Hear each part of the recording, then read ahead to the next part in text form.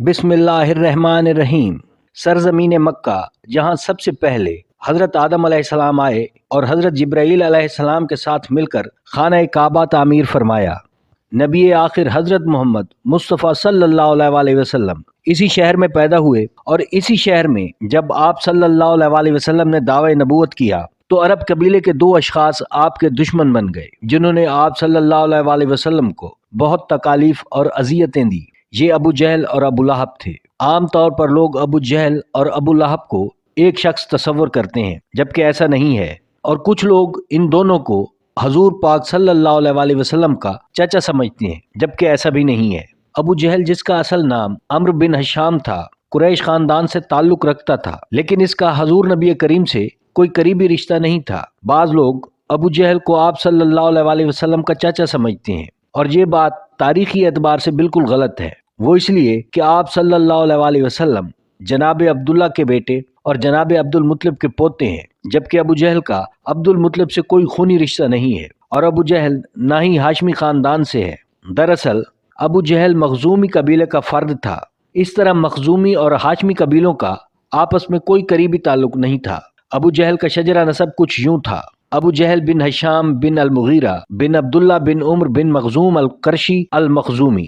ابو جہل جنگ بدر میں دو بچوں حضرت معوذ اور حضرت معاذ رضی اللہ تعالیٰ عنہ کے ہاتھوں جہنم واصل ہوا۔ ناظرین کرام، جب جنگ بدر ہوئی تو اس وقت حضرت معوذ اور حضرت معاذ بچے تھے۔ انہوں نے ابو جہل کو شدید زخمی کیا، اور پھر حضرت عبداللہ ابن مسعود رضی اللہ تعالیٰ عنہ نے ابو جہل کا سر تن سے جدا کر دیا تھا۔ تاریخ نے ابو جہل کو اسلام اور حضور پاک کا سب سے بڑا دشمن قرار دیا ہے۔ ناظرین کرام، حضرت عبد الرحمن ابن عوف رضی اللہ تعالیٰ عنہ فرماتے ہیں کہ بدر کی لڑائی میں میدان جنگ میں کھڑا تھا۔ میرے دائیں اور بائیں دو انصار کے بچے کھڑے تھے۔ مجھے خیال آیا کہ اگر میں قوی اور مضبوط جوانوں کے درمیان کھڑا ہوتا تو اچھا تھا، تاکہ ضرورت کے وقت ہم ایک دوسرے کی مدد کر سکتے، مگر میں دیکھ رہا تھا کہ میری دونوں جانب کم سن بچے ہیں، یہ میری کیا مدد کر سکیں گے۔ اتنے میں ایک کم سن بچے نے میرا ہاتھ پکڑ کر کہا: چچا جان، کیا آپ ابو جہل کو پہچانتے ہیں؟ میں نے کہا: ہاں پہچانتا ہوں، مگر تم کیوں پوچھ رہے ہو؟ اس نے کہا کہ مجھے معلوم ہوا ہے کہ وہ شان رسالت میں گستاخی کرتا ہے۔ مجھے اپنے رب کی قسم، اگر میں اسے دیکھ لوں تو اس سے اس وقت تک جدا نہ ہوں گا جب تک ہم دونوں میں سے کوئی ایک مر نہ جائے۔ اتنے میں دوسرے بچے نے بھی یہی سوال کیا، اور میرے جواب پر وہی کچھ کہا جو پہلا بچہ کہہ چکا تھا۔ اتنے میں میدان جنگ میں ابو جہل نظر آیا تو میں نے دونوں کمسن بچوں سے کہا: تمہارا مطلوب ابو جہل وہ جا رہا ہے۔ دونوں کمسن بچے اپنی تلواریں لیے ابو جہل کی طرف دوڑے، اور اپنی تلواروں سے ابو جہل پر حملہ کر دیا اور اسے شدید زخمی کر دیا۔ پھر حضرت عبداللہ ابن مسعود رضی اللہ تعالیٰ عنہ نے ابو جہل کو ہمیشہ کے لیے جہنم واصل کر دیا۔ ناظرین کرام، ابو لہب کا اصل نام عبد العزیٰ بن عبد المطلب تھا۔ اس کی اصل کنیت ابو عتیبہ تھی، لیکن حضرت عبد المطلب اس کے چہرے کی سرخی کی وجہ سے اسے ابو لہب کے نام سے پکارتے تھے۔ ابو لہب جناب عبداللہ کا سگا بھائی اور اس طرح حضور نبی کریم صلی اللہ علیہ وسلم کا حقیقی چاچا تھا۔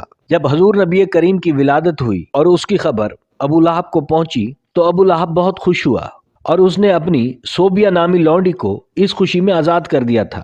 مگر جب حضور پاک صلی اللہ علیہ وسلم نے اعلان نبوت کیا تو ابو لہب نے سخت مخالفت کی، اور ابو لہب اسلام کے بڑے دشمنوں میں شمار ہونے لگا۔ ابو لہب نبی کریم کی گستاخی کیا کرتا تھا۔ جب اللہ تعالیٰ کی طرف سے حکم ہوا کہ اے نبی، اب آپ اپنے قریبی رشتہ داروں کو دین کی دعوت دیں، تو اس پر آپ صلی اللہ علیہ وسلم نے اپنے رشتہ داروں کو کھانے کی دعوت دی، اور اس موقع پر فرمایا کہ اگر میں کہوں کہ اس پہاڑی کے پیچھے سے ایک لشکر تم پر حملہ کرنے والا ہے تو کیا تم میری بات کا یقین کرو گے؟ تو سب نے یک زبان ہو کر کہا: ہم جانتے ہیں کہ آپ نے ہمیشہ سچ بولا ہے، تو یقیناً یہ بھی سچ ہوگا۔ تو پھر آپ صلی اللہ علیہ وسلم نے فرمایا کہ اے قریش، تم سن لو کہ میں خدائے واحد کے حکم سے تم کو ایک سخت عذاب کی وعید سنانے آیا ہوں، جو تمہارے دشمنوں کے حملے سے بھی زیادہ خطرناک ہے۔ آپ صلی اللہ علیہ وسلم کی بات سن کر ابو لہب غضبناک ہو گیا اور گستاخی کرنے لگا۔ آپ صلی اللہ علیہ وسلم جب بھی توحید کی دعوت دیتے تو ابو لہب آپ صلی اللہ علیہ وسلم کی شان میں گستاخی کیا کرتا تھا کہ یہ نعوذ باللہ جھوٹا ہے، جو اپنے آباء و اجداد کے دین کو چھوڑ کر اپنا دین پھیلانا چاہتا ہے۔ پھر اسی وجہ سے قرآن مجید میں سورہ لہب نازل ہوئی۔ بعض روایات میں ہے کہ ابو لہب نے ایک موقع پر کوہ صفا پر آپ صلی اللہ علیہ وسلم کو قتل کرنے کی غرض سے ایک پتھر بھی اٹھا لیا تھا۔ ابو لہب نبی کریم کا اتنا مخالف ہو چکا تھا کہ جب آپ صلی اللہ علیہ وسلم کے صاحبزادے جناب عبداللہ کا انتقال پور ملال ہوا تو ابو لہب اس پر بہت خوش ہوا اور اپنے کفار دوستوں سے کہنے لگا کہ اب نعوذ باللہ محمد کی نسل ختم ہونا شروع ہو چکی ہے۔ حج کے دنوں میں ابو لہب آپ صلی اللہ علیہ وسلم کے پیچھے پڑا رہتا، یہاں تک کہ وہ آپ کو پتھر مارتا، جس سے آپ صلی اللہ علیہ وسلم کا جسم اطہر زخمی ہو جاتا اور آپ کی ایڑیاں خون سے تر ہو جاتی تھی۔ قرآن مجید نے ابو لہب کی موت کی خبر پہلے ہی سنا دی تھی، جو حرف بحرف پوری ہوئی۔ اس طرح ابو لہب بہت ذلت آمیز موت مرا۔ ابو لہب بہت مالدار آدمی تھا۔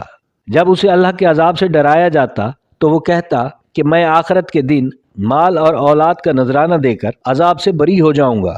ابن اسحاق سے روایت ہے کہ جب ابو لہب کی بیوی ام جمیل کو پتہ چلا کہ میرے خاوند کے بارے میں سورہ لہب نازل ہوئی ہے تو وہ غصے کی حالت میں ہاتھ میں پتھر لیے آپ صلی اللہ علیہ وسلم کو مارنے کی غرض سے مسجد الحرام میں آن پہنچی۔ اس وقت آپ صلی اللہ علیہ وسلم حضرت ابو بکر صدیق رضی اللہ تعالیٰ عنہ کے ساتھ مسجد الحرام میں آرام فرما رہے تھے۔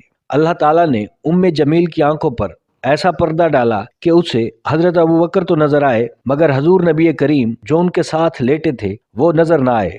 ام جمیل نے حضرت ابو بکر صدیق رضی اللہ تعالیٰ عنہ سے کہا کہ مجھے معلوم ہے کہ تمہارا نبی میری اور میرے خاوند کی مذمت کرتا ہے۔ قسم ہے مجھے اپنے خدا کی، اگر تمہارا نبی میرے سامنے ہوتا تو میں اسے یہ پتھر ضرور مارتی۔ نعوذ باللہ۔ کفار مکہ دشمنی اور مخالفت کی وجہ سے آپ صلی اللہ علیہ وسلم کو مذمم کہتے تھے۔ ام جمیل بھی یہی بکواس کرتی ہوئی وہاں سے چلی گئی۔ نبی کریم نے فرمایا قریش والے مذمم کو برا بھلا کہتے ہیں، جبکہ میں تو محمد صلی اللہ علیہ وسلم خدا کا آخری رسول ہوں۔ ابو لہب عرب کا مالدار آدمی تھا، اس کا سودی کاروبار بہت عروج پر تھا۔ وہ لوگوں کی مختلف ضروریات پوری کرتا اور پھر اپنا معاوضہ سود سمیت واپس لیتا تھا۔ ایک روایت میں یہ بھی ہے کہ خانہ کعبہ میں ایک سونے سے بنا ہرن رکھا ہوا تھا جو ابو لہب نے چوری کر کے بیچ دیا تھا۔ ابو لہب کی اولاد بھی اپنے باپ کی طرح آپ صلی اللہ علیہ وسلم کی سخت دشمن ہو چکی تھی۔ ابن اسحاق اور ابن اساکر روایت کرتے ہیں کہ ایک دن ابو لہب کے بیٹے عتیبہ نے پروگرام بنایا کہ وہ محمد صلی اللہ علیہ وسلم کے پاس جائے گا اور ان سے ان کے سامنے ان کے رب کی شان میں گستاخی کرے گا، جس سے محمد صلی اللہ علیہ وسلم کو اذیت ہوگی۔ پھر یہ بدبخت نبی کریم کے پاس آیا اور بہت سخت کلام کیا، اور اس سے بڑھ کر گستاخی یہ کی کہ آپ صلی اللہ علیہ وسلم کی جانب غصے کی حالت میں تھوک دیا۔ نعوذ باللہ۔ اس پر نبی کریم صلی اللہ علیہ وسلم نے اللہ تعالیٰ سے دعا مانگی کہ یا اللہ اس پر اپنے کتوں میں سے کسی ایک کتے کو مسلط کر دے۔ عتیبہ اپنے خیال میں بڑا کارنامہ سر انجام دے کر اپنے باپ کے پاس پہنچا۔ ابو لہب بہت خوش ہوا اور کہنے لگا اے پیارے بیٹے، تو نے محمد سے کیا کہا؟ پھر عتیبہ نے سارا حال سنایا۔ جب ابو لہب کو عتیبہ نے بتایا کہ محمد صلی اللہ علیہ وسلم نے مجھے یہ بد دعا دی تھی، یہ سنتے ہی ابو لہب کے چہرے کا رنگ اڑ گیا، کیونکہ وہ جانتا تھا کہ محمد کی دعا ایسی نہیں کہ جو قبول نہ ہو۔ اب وہ ہر وقت اپنے بیٹے عتیبہ کا خیال رکھتا تھا۔ ایک دفعہ ابو لہب ایک قافلے کے ساتھ ملک شام کی طرف سفر کر رہا تھا کہ راستے میں آنے والے ایک گرجا گھر میں قافلے نے پڑاؤ کیا۔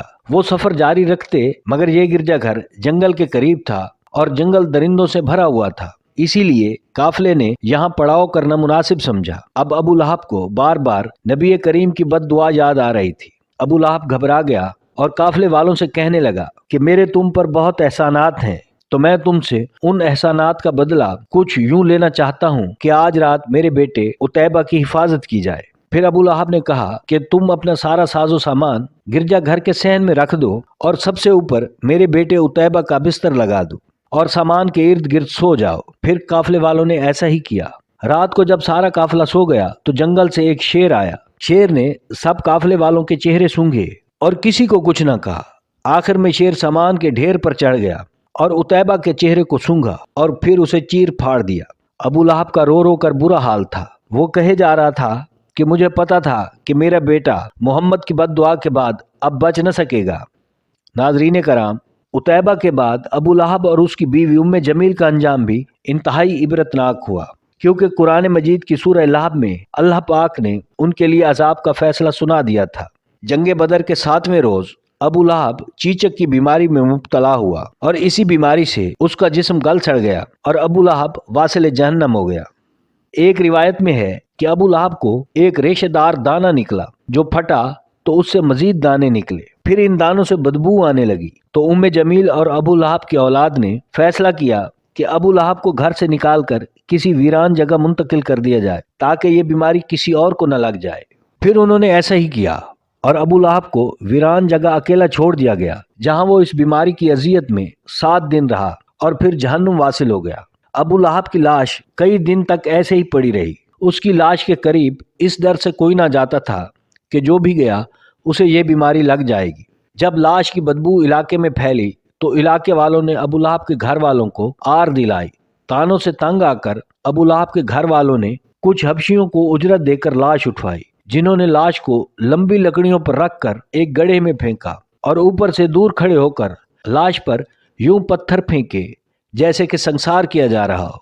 ابو لہب کی بیوی ام جمیل کے نام سے مشہور تھی۔ اس کا اصل نام عروہ بنت حرب تھا۔ وہ بھی انتہائی اذیت میں ایڑیاں رگڑ رگڑ کر واصل جہنم ہوئی۔ سورہ لہب میں ارشاد باری تعالیٰ ہے، اس کی گردن میں موج کی رسی ڈال کر اسے جہنم میں ڈالا گیا۔ ناظرین کرام، ام جمیل اپنے قیمتی ہار پر بہت زیادہ فخر کیا کرتی اور ڈینگیں مارتی تھی کہ یہ قیمتی ہار بیچ کر محمد صلی اللہ علیہ وسلم کی مخالفت میں خرچ کر دوں گی۔ اللہ تعالیٰ نے اسی گردن میں وہ ذلت کا طوق ڈالا کہ شیطان بھی جس سے پناہ مانگتا ہے۔ اللہ تعالیٰ ہم سب کو صراط المستقیم پر چلنے کی توفیق عطا فرمائے، آمین۔ ناظرین کرام، دین کی بات پھیلانا بھی صدقہ جاریہ ہے۔ اگر آپ کو ویڈیو پسند آئے تو لائک اور شیئر ضرور کیجیے گا، چینل کو سبسکرائب کیجیے، بیل آئیکن کو پریس کیجیے تاکہ ہر نئی آنے والی ویڈیو کا نوٹیفیکیشن آپ کو بر وقت ملتا رہے۔ ویڈیو دیکھنے کا شکریہ۔